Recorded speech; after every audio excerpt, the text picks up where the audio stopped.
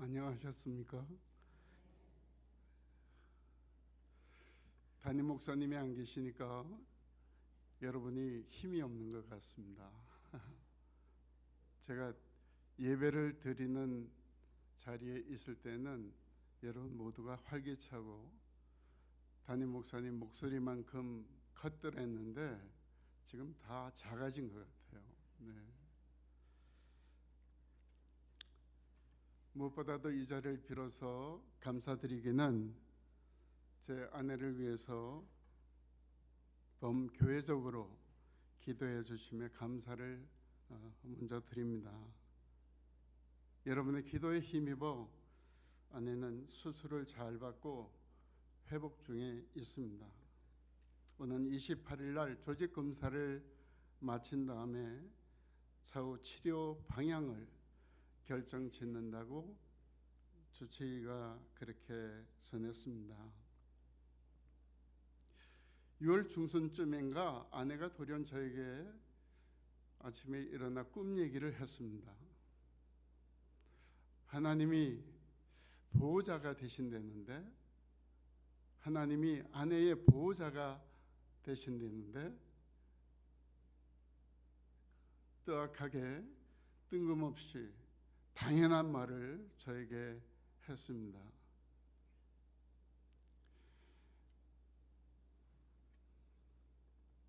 오늘 저는 이 사건을 배경으로 설교 말씀을 하나의 재료로 삼아서 말씀을 증거할까 합니다.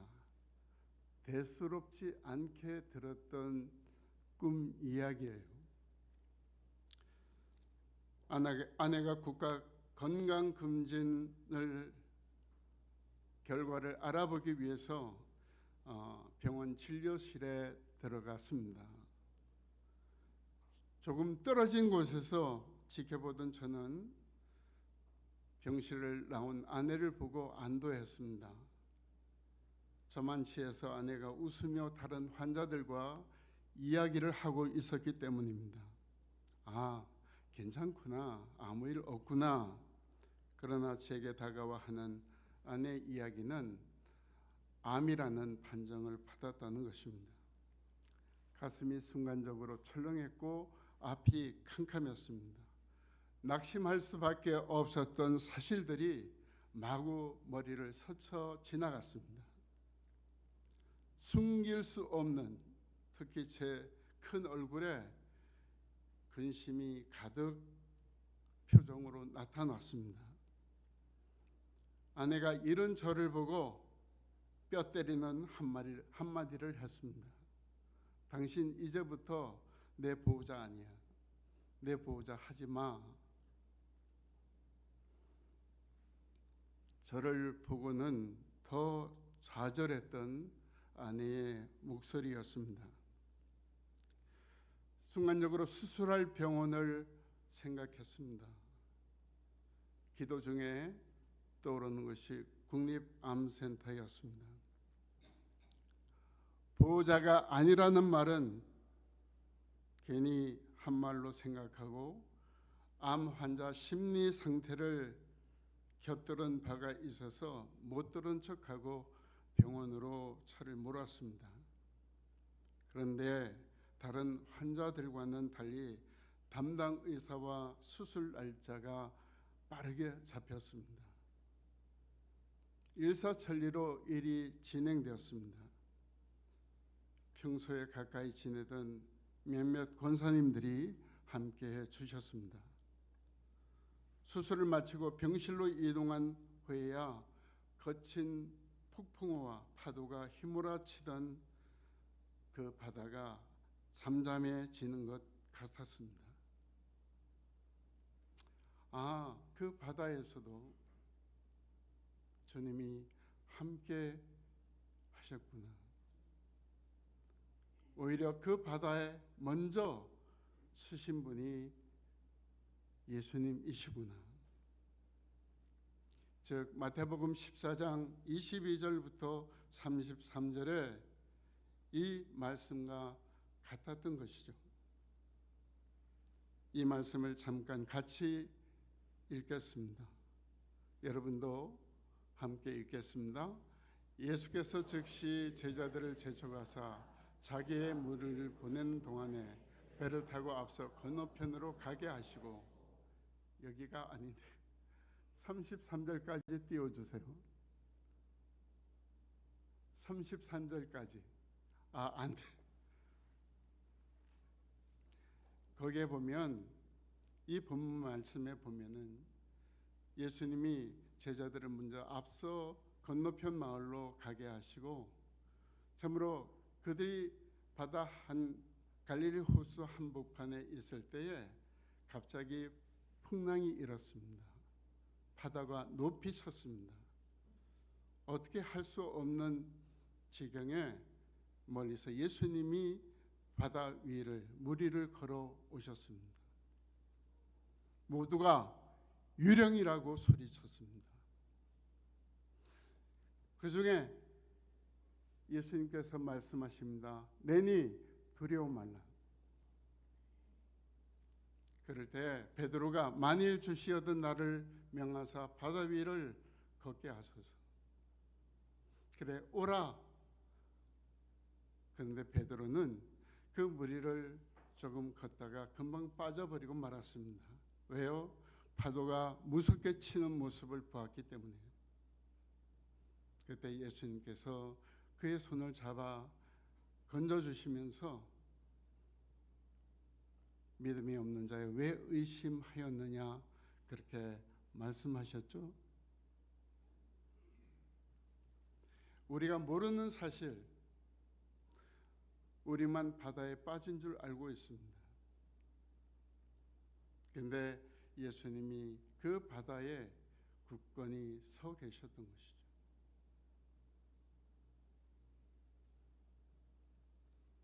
풍랑이 있는 바다에서 제자들만 배가 파손될 위기를 맞은 것 아닙니다. 저들을 구하러 무리를 걸어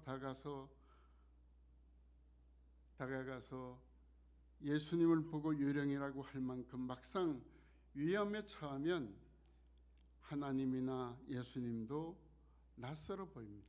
유령으로 보여요. 무리를 걷겠다던 베드로도 순간의 두려움에 물에 빠졌습니다. 말씀을 준비하던 중에 편집사님에게 찬양을 부탁했습니다. 한 주 전까지 아무 말 않고 있다가 지난 화요일에 정은 집사님에게 전화로 기도원에서 선곡까지 아예 부탁을 드렸습니다. 금방 예배 주의 자녀로 산다는 것이라는 이 찬양이 나라와 아내와 함께 들었습니다. 놀랍게도 제가 전하고자 하는 메시지와 같았습니다. 하지만 느부갓네살 왕의 풀무불 가운데로 걸어 들어갔던 사드락과 메삭 아벳느고, 즉 하나냐 미사엘 아사랴는 제 원고에 없었습니다. 다니엘 3장 19절부터 20절의 말씀도 여러분이 새겨야 될 말씀이라고 생각합니다. 아내의 치료를 순탄하게 도우시는 하나님의 놀라운 은혜에 감복할 수밖에 없었습니다. 그러다가 문득 이런 질문이 생겼습니다. 베드로와 같이 말이죠. 하나님께서 이루시려면 차라리 암에 걸리지 않게 하시지, 왜 잠깐이라도 고통을 겪게 하시는가? 라는 의문이 들었습니다. 물에 빠진 베드로를 예수님이 건져주지 않았다면 베드로는 풍랑의 바다에 주님이 함께 하심을 실감하지 못했을 것입니다. 우리는 주님에 대해서 많은 이야기를 듣고 읽고 그리고 다른 사람을 통해서 봅니다. 그러나 실감이라고 하는 것, 체험이라고 하는 것, 주님이 함께 하신다는 이 체험을 할 수는 없는 것입니다.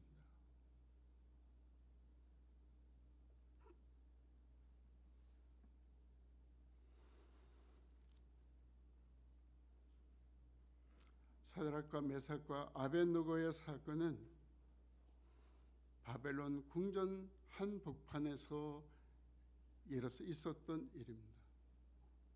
그런데 저들을 불에 집어넣고 보니까 밖에서 보니 세 사람이 아니라 네 사람이었던 것 기억하시죠?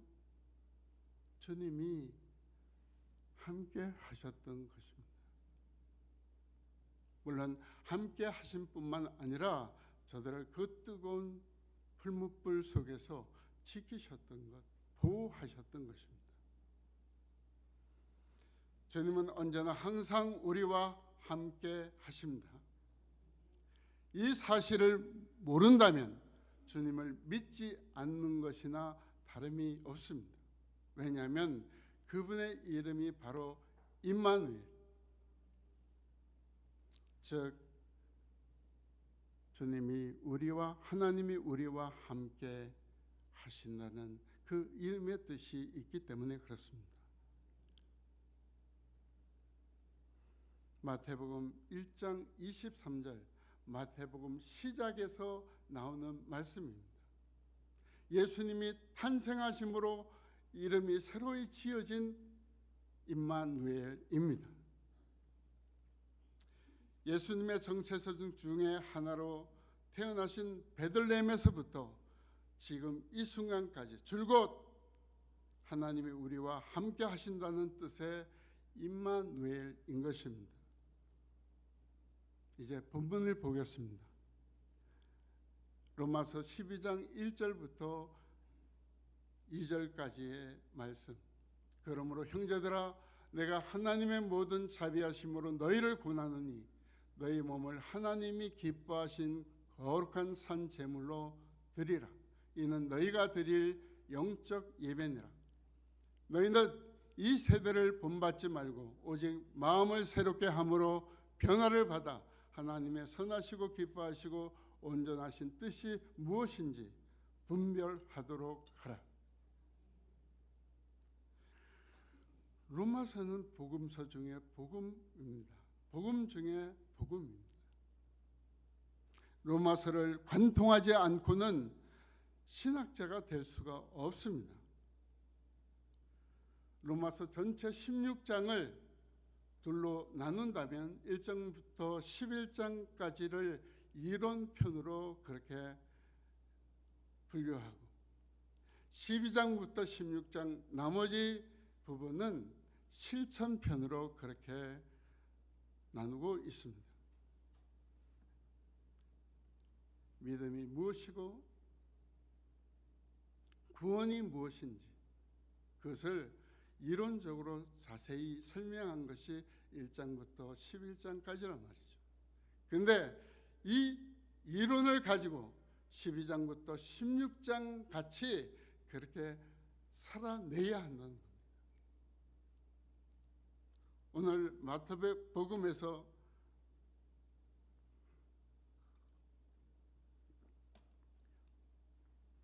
마태복음에서 주로 말씀을 인용하지만 예수님도 5장에서 7장까지를 산상수훈이라고 해서 이론적으로 성도들을 가르치셨습니다. 그러나 그것이 끝이 아니었어요. 산에서 내려와서 이제 병자들을 고치고 가난한 자를 보살피고 귀신 들린 자를 내어 쫓아주시고 그리고 많은 이 땅에 구원받지 못한 사람들과 함께 하셨습니다. 그렇게 사시다가 구원의 정점인 십자가에서 대속의 죽음을 맞이하셨던 것이죠. 말씀 드린 대로 몸소 실천하신 겁니다. 성도 여러분, 산상수훈 말미에 무슨 말씀이 있습니까? 마태복음 5장서부터 7장까지 이 산상수훈을 마치면서 7장 24절부터 27절까지 그러므로 누구든지 나의 이 말을 듣고 행하는 자는 그 집을 반석 위에 지은 지혜로운 사람 같으리니 비가 내리고 창수가 나고 바람이 불어 그 집에 부딪히되 무너지지 아니하나니 이는 주추를 반석 위에 놓은 까닭이요. 나의 이 말을 듣고 행하지 아니하는 자는 그 집을 모래 위에 지은 어리석은 사람 같으리니 비가 내리고 창수가 나고 바람이 불어 그 집이 부딪힘에 무너져 그 무너짐이 심하니라. 잘 짓고 잘 짓자고, 나의 집을 잘 짓자고 그렇게 부른 찬송이 기억납니다. 예수님은 인생을 집을 짓는 자로 비유하고 있습니다. 그 첫째로 기초를 잘 다져야 한다는 것이죠. 그 위에다 벽을 쌓고 지붕을 이어야 된다는 것입니다. 반석, 즉 기초는 하나님 말씀입니다. 이 말씀을 토대로 이 말씀의 의식을 가지고 삶을 살라는 것이죠. 말씀대로 살라는 것이죠. 말씀이 인생의 설계고 설계된 대로 그대로 살라는 것입니다.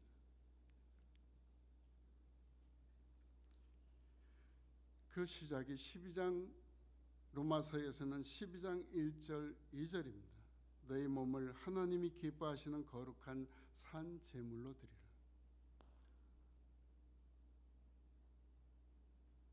산 제물이 어떤 제물입니까? 제물은 죽여야 됩니다. 제물은 죽여서 번제면 그 내장을 다 빼내야 하고 피를 다 흘려야 합니다. 물론 전제는 몽땅 태우는 것입니다마는 죽여야 돼요. 그런데 산 제물, 우리의 삶이 살아있는 내 일생이 제물이 된다는 뜻이에요. 그걸로 제사를 지내라는 것입니다. 하나님이 기뻐하시는 것이 무엇일까요? 그것은 에녹이 우리에게 보여줬습니다. 300년 동안 하나님과 동행하는 것이라고. 100년이든 200년이든 상관없이 하나님과 동행하는 것입니다. 하나님과 동행은 함께 걷는 것을 의미하지 않습니다. 그것은 바로 하나님이 보시고 기뻐하시는 삶을 살아가는 겁니다. 이게 하나님과의 동행입니다. 우리 기독교를 소위 계시 종교라고 말을 하죠.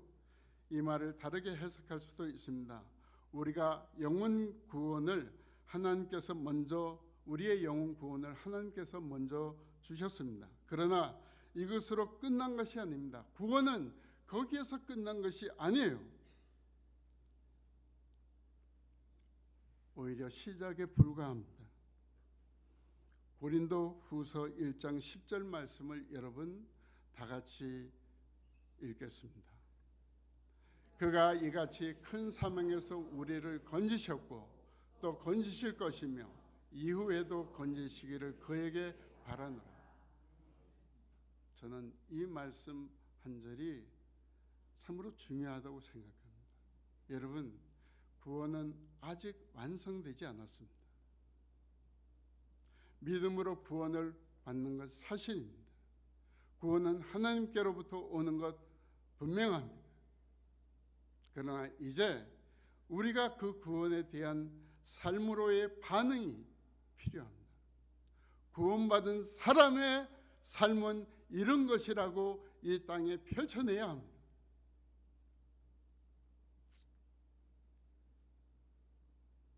하나님의 말씀에 따라 순종하고 복종하는 삶을 살아내라는 뜻입니다.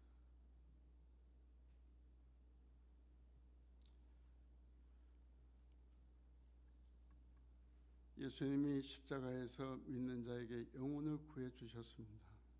지금도 성령 하나님께서 우리의 삶과 병과 고난, 환난에서 우리를 구해 주고 계십니다. 그 구원을 여러분 받고 계십니까? 경제적인 어려움으로부터 여러분 해방되셨습니까? 구함으로 받으라는 것이죠. 구원은 아직 미진하다는 것입니다.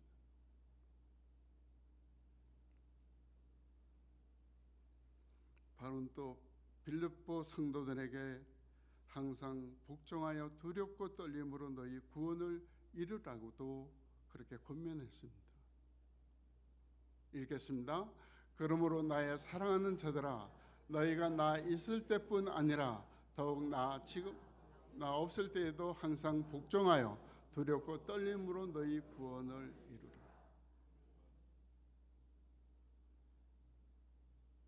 두렵고 떠시면서 구원을 이루고 계십니까? 삶을 정말로 조심을 지나 적극적으로 하나님이 말씀하신 대로 그렇게 살아야 된다는 겁니다. 구원 받았습니까? 라고 물으면 우리 확실하게 대답을 하지 못합니다. 천국 들어갈 자신 있으십니까? 지옥을 믿으십니까? 두렵고 떨림은 천국과 지옥, 이것을 앞에 두고 있는 사람들이 가지는 마음의 태도일 것입니다. 지옥에 떨어지면 어떡할까? 내가 천국에 들어갈 수 있을까? 여러분, 목사도 70이 되어 보니까 이 전부로 천국에 대한 소망이 분명하지 않아요. 하나님 앞에 뭔가 좀 부족하고 잘 못하는 것 같고 보다 더 복음적으로 살아야 되겠다는 그런 생각을 가지게 됩니다. 그래서 제 동료 가운데 나이가 많은 목사님은 지금도 전철에서 공원에서 전도를 하고 있습니다. 불안한 거죠. 구원이 두려운 거죠. 지옥이 두려운 겁니다. 나를 떨게 합니다.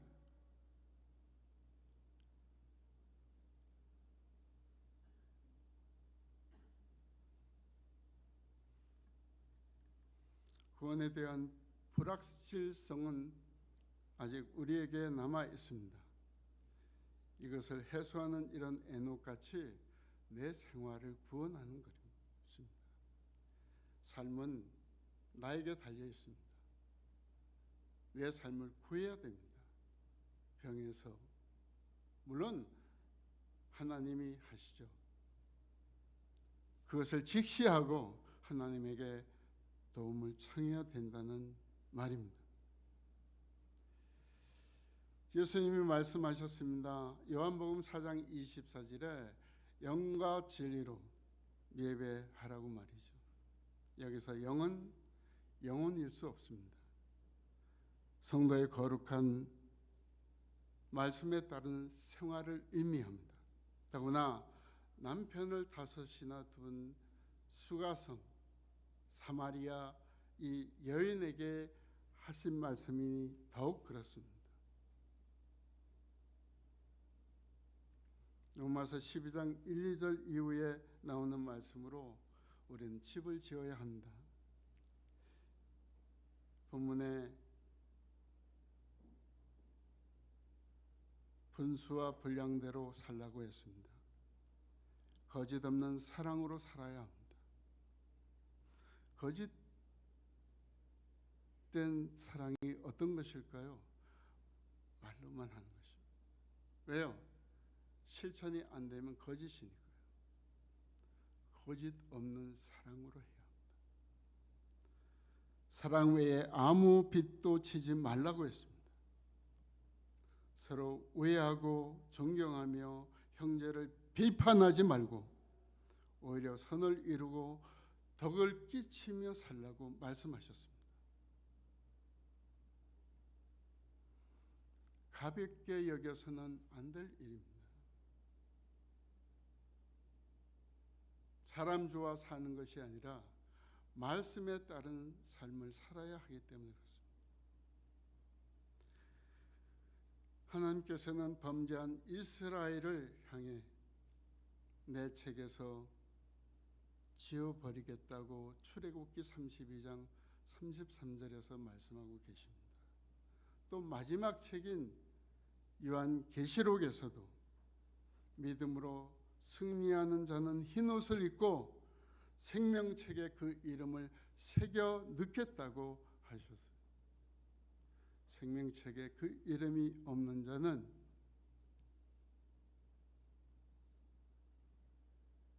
어디로 갈 것인지는 뻔합니다.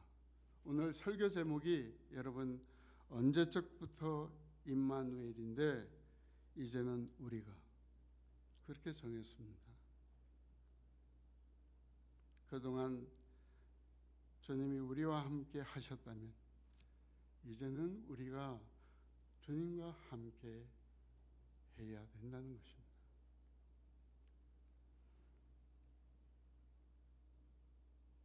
이제 담임 목사님 설교를 여러분 노트에 적기에 바쁘기보다 그것으로 구역 예배, 셀 예배에 가서 전하는 것으로 그치는 것이 아니라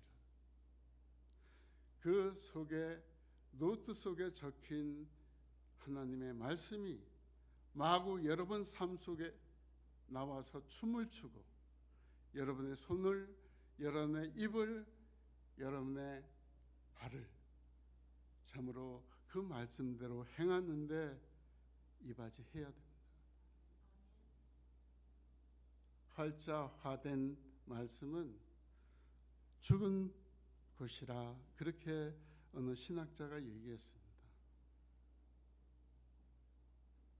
이 말씀이 밖으로 뛰쳐나와서 세상에 펼쳐 보여야 합니다. 사드락, 메삭, 아벳노고와 같이, 에녹과 같이 내 마음대로, 내 생각대로, 내 성질대로 그것이 아닌 주님의 뜻대로, 주님의 설계하신 대로 인생을 살아야 되겠다는 것이 제가 원로 목사로 아름다운 교회를 레방에서 드리는 메시지입니다. 감사합니다. 기도하겠습니다.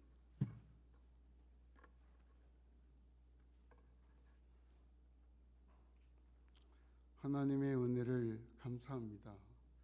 이 자리에 세우셔서 굼뜬 말로 메시지를 전할 수 있는 기회 허락하심을 감사합니다.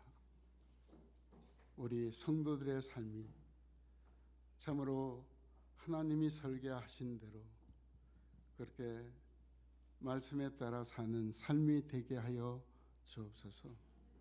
이젠 거짓된 사랑하지 않게 하옵소서.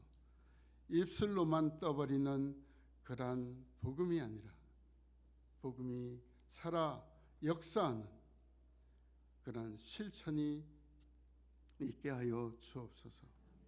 우리로 몸소 겪게 하셨던 그야말로 신앙의 체험이 자세히 살펴보면 주님이 함께 하시며 역사하셨다는 사실을 고백하지 않을 수 없습니다. 그 고백을 바탕으로 더 많은 주님을 겪고 주님을 경험하고 주님께 참으로 아름다운 삶을 드릴 수 있는 아름다운 교회 성도들이 다 되게 하여 주옵소서. 예수님의 이름으로 기도합니다. 아멘.